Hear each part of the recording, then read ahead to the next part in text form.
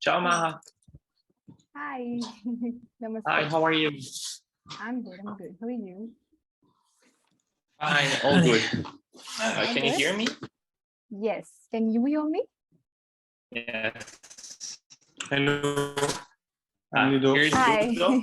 Hi. I'm doing good. How are you, Ludovic? Yes, perfectly. Fine, thank you. Je sais pas si elle m'entend. Thank you so much for agreeing to speak with me. I'll just take like half an hour of your time today, and I'll hopefully talk about your movie Logorama. First of all, congratulations. I know I'm a decade late, but I think I was probably 15 by then. So my name is Mehak Ludovic, and I'm an IP attorney in India. And while studying a course at NYU, I came across your work Logorama, and I was very curious about the whole casting process and the whole legal process that you went through. So I'll stick my questions to just the casting process and the legal process today. So let's jump straight into it. Talk to me about the casting process a bit. How did you cast the protagonist and the antagonist? I understand that, most characters and most logos that you portrayed did not have a very specific, background to it. But in terms of the protagonist and antagonist, you have a story behind that. So share a little bit about that. Ok, donc la question c'est sur le casting. Ouais, exactement. Bah, le choix de casting, en fait on voulait des super-héros, on voulait des vrais héros, donc si on faisait un film on aurait pris Leonardo DiCaprio ou Tom Hanks, là on a pris les mascottes les plus connus mondialement en fait. Okay, so Ludo is saying that like basically it's like when you do a casting, for a film. So the idea was to take like the most iconic and most famous, logos and mascot available. And he was saying like if I had to do a film like in live action, I would have chosen actors like Leonardo DiCaprio or I don't know. Tom Hanks or I don't know, Russell Crowe or whatever. So the idea was basically is doing the same thing but with logos. So instead of Tom Hanks, we had Ronald McDonald, and instead of Leonardo DiCaprio, probably we can pick like the Pringles Man or like the Bibendum Michelin. Ouais, après il y a très peu de personnages, donc en fait le choix il s'est restreint de lui-même quand même aussi. So he's also saying that like in the end, in the film, there are not a lot of characters. There are a lot of logos and a lot of, architectural elements, but not a lot of characters. So in the end, the choice was not that big, was quite refined. So while choosing these main characters, I noticed that there are a lot of similarity with, the physical characteristics and, their personalities that they portray. For example, I just read that Michelin, the company Michelin is actually one of the, they supply the most tires to US military as well. So things like that, were they was such information helpful, or you had no clue about such information and you just totally went with the guts? En gros, elle disait, tu vois, si t'as compris, mais en fait, elle dit que quand elle regarde le film, en fait, elle trouve qu'il y a des aspects caractériels, en fait, qu'on retrouve dans les logos qui ressemblent, en fait, à des aspects caractériels que tu as dans la vraie marque. Donc là, c'était un exemple, par exemple, de Michelin, qu'ils ont fait un truc aux États-Unis, en fait. Et en gros, si toi, tu avais des infos, en fait, tu allais chercher des infos sur les logos pour leur moduler un peu là, moi je dirais qu'on a fait plutôt appel à notre inconscient et à notre culture. C'est-à-dire que ce que j'avais dit quand j'avais écrit, à un moment, Ronald McDonald, c'était un psychopathe. Quand il nous fallait un psychopathe, on s'est dit le logo le mieux quand même, c'est quand même Ronald McDonald, il ressemble à Joker dans Batman. Moi je déteste les clowns en soi, donc je trouvais qu'il y avait plein de trucs. Mais après, Michelin, il est rond. En fait, ils sont en fait la seule association qu'on s'est dit, les Michelin, c'est des pneus, ils sont tout ronds. Et en fait, ils nous ont fait penser à des Américains qui bouffent des donuts et qui boivent du coca parce qu'ils sont en surcharge de diabète, toi. Et en fait, ils vont être parfaits pour faire les flics. Et au final, il y en a un quand même qui est latinos, il y en a un qui est noir, il y en a un, et il y a le shérif qui est un blanc débile, un redneck, quoi. Et en fait, on a juste... Mais ils sont tous ronds et c'est tous des flics, ouais, c'est tous des flics comme des donuts. So basically, no, it was more about relying on our culture, you know, and our or like what is in the subconscious also, you know, the imaginary that we have inside our head. And so Ludo was saying, for example, for Ronald McDonald, you know, it simply we need a bad character, actually, an antagonist for the film. And Ludo hates clowns, and for him, like one of the most bad characters in the world is the Joker. And Ronald McDonald actually looked like a clown and was the most, you know, similar to Joker. So it was not about the brand McDonald's. It was really because we needed the logo looking like this. And so Ronald McDonald was the one who was looking exactly at the type of antagonist that we were looking for the film. And on the other hand, for the cops, for example, you know, you have 3 cops. All of them are Michelin men, but one is a white guy, another one is a black guy, and another one is a South American guy. So I'm talking about the personification of the voice, you know. But the only association that he did was the fact that the Bibendo Michelin looked like a donut. It's something very round, etc. And so for him, you know, donuts, it's like junky food that all cops eat when they are on patrol. And it represents, you know, the American society, and the Michelin men looked exactly at what they were looking for, but they didn't do this type of research looking for background information.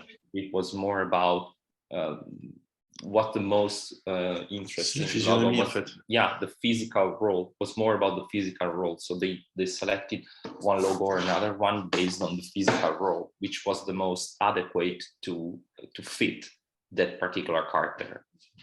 So if you were looking more on the physical attributes, how difficult was it to cast the SO girl, since there are not many female characters? En gros, elle dit, tu vois, si on parle de traits physiques, par exemple, est-ce que c'était difficile de caster la SO girl? Parce qu'il n'y a pas beaucoup de logos. Oui, c'est pour ça qu'on a pris un vieux logo de femme, parce qu'en fait, il y avait que 3 logos de femmes. Il y avait Chiquita pour les bananes, et c'était un peu réducteur, donc on l'a pas pris.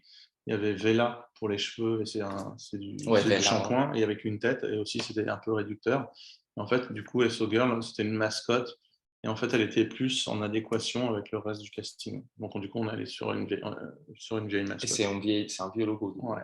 Okay, so yeah, he said it was quite difficult because, as he was saying in his answer before, most of the logos are masculine characters, and there are very few one who have like feminine one.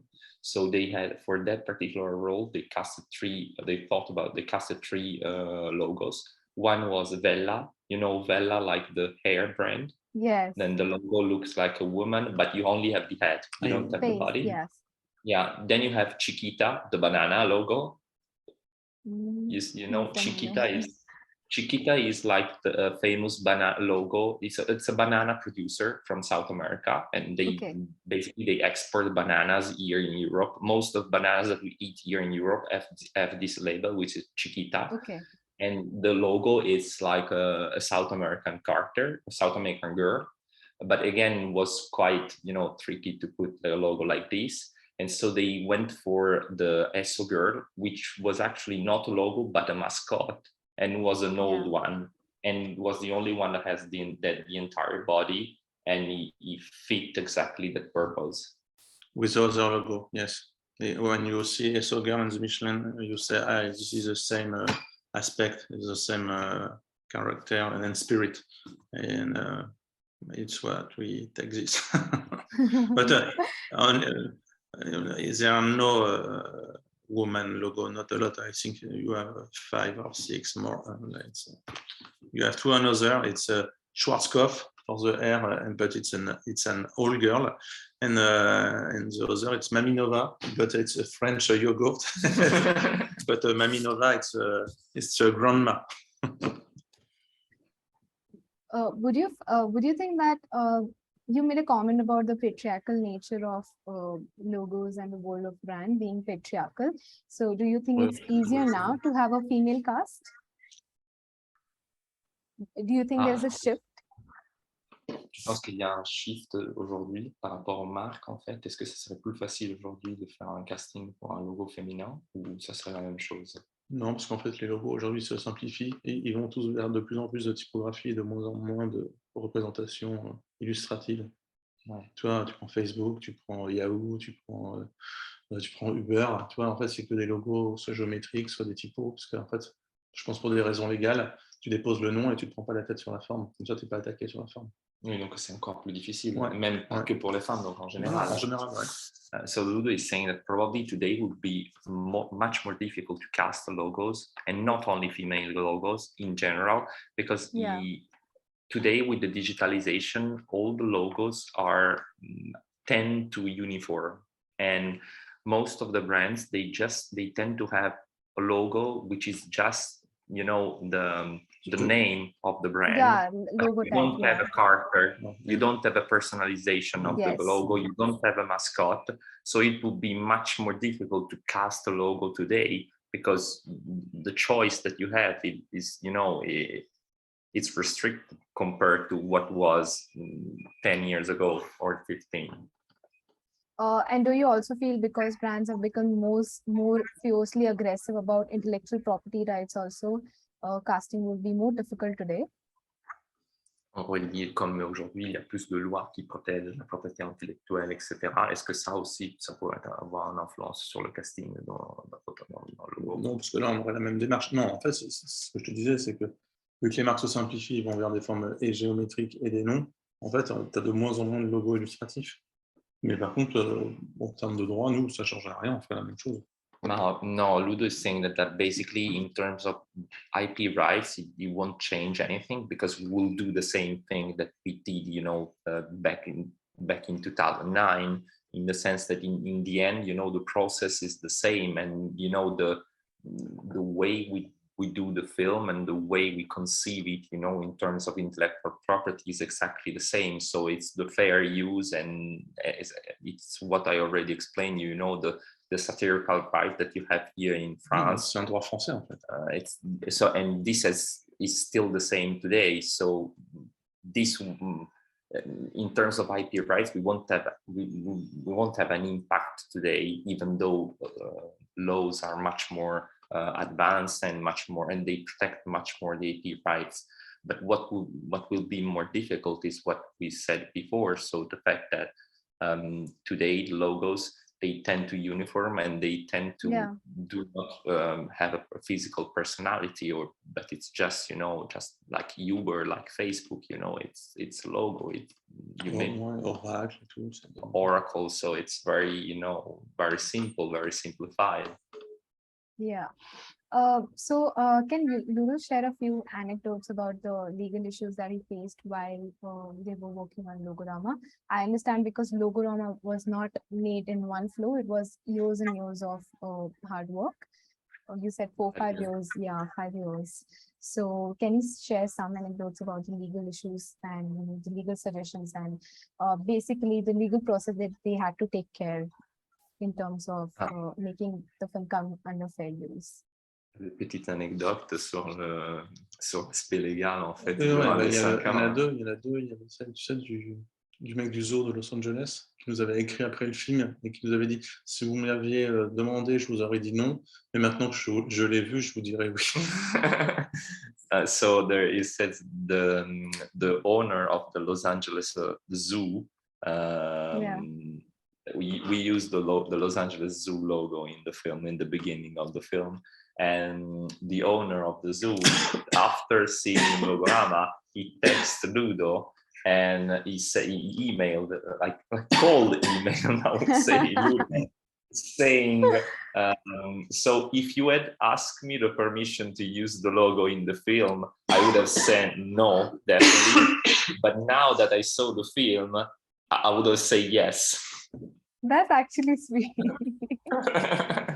I'm sure many brands would be having this ideology. As if you ask a permission, it might always be no in terms of using a logo like this.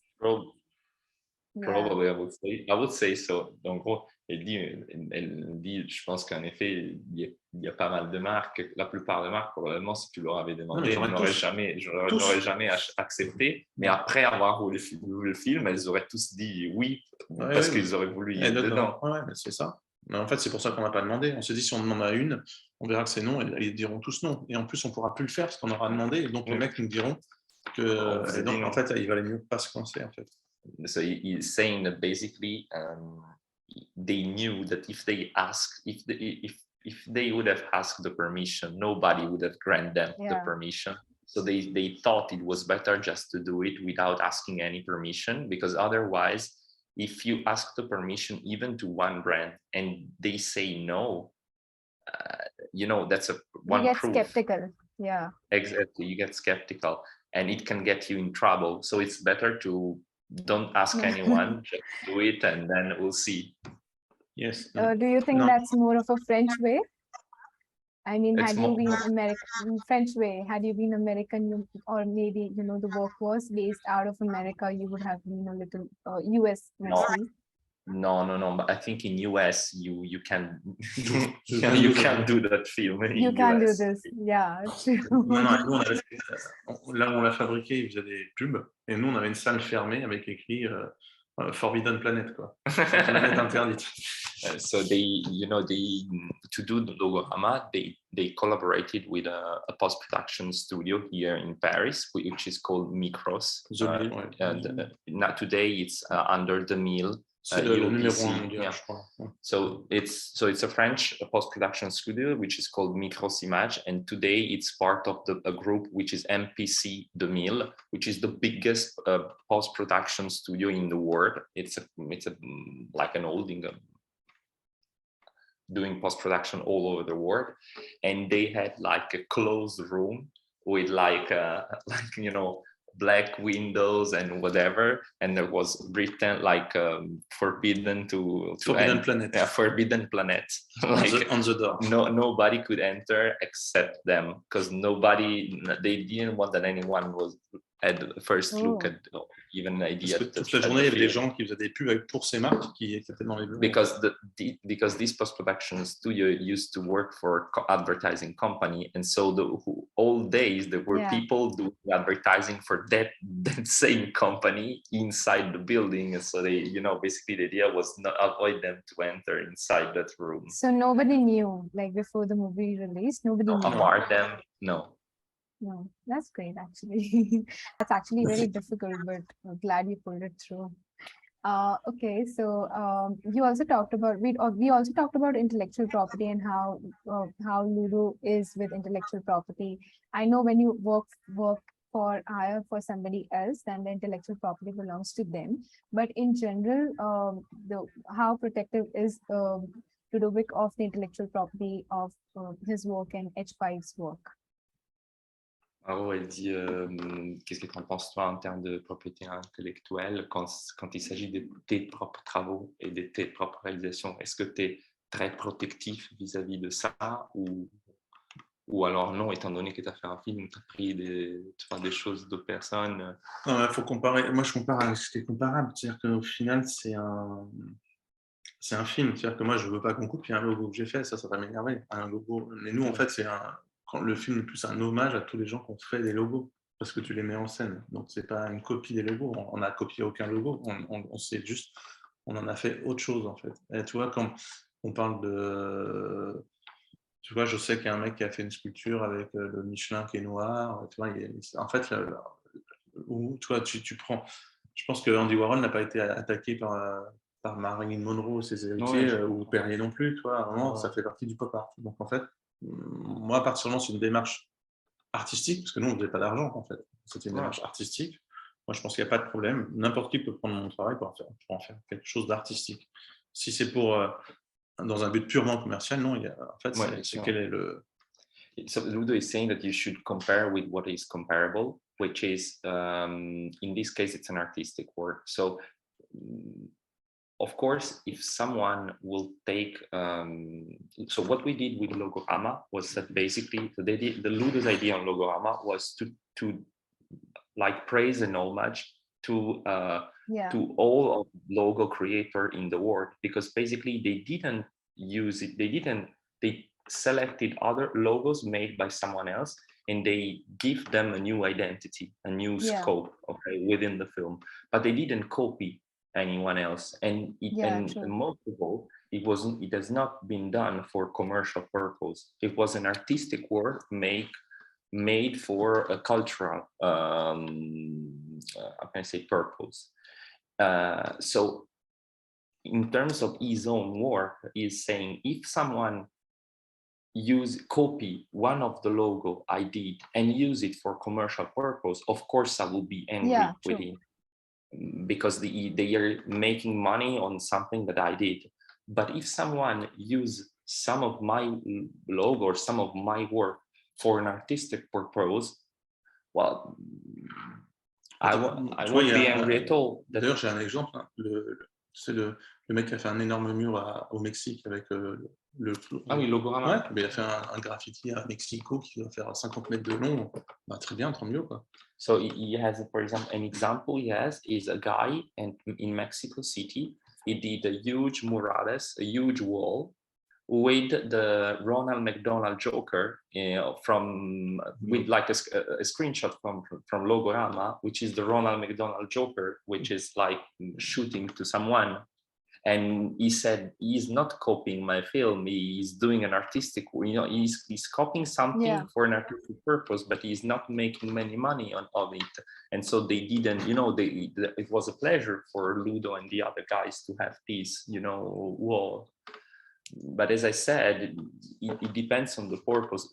You can compare it, for example, what they did with Logorama, you can compare it actually with, for example, what Andy Warhol did in pop art.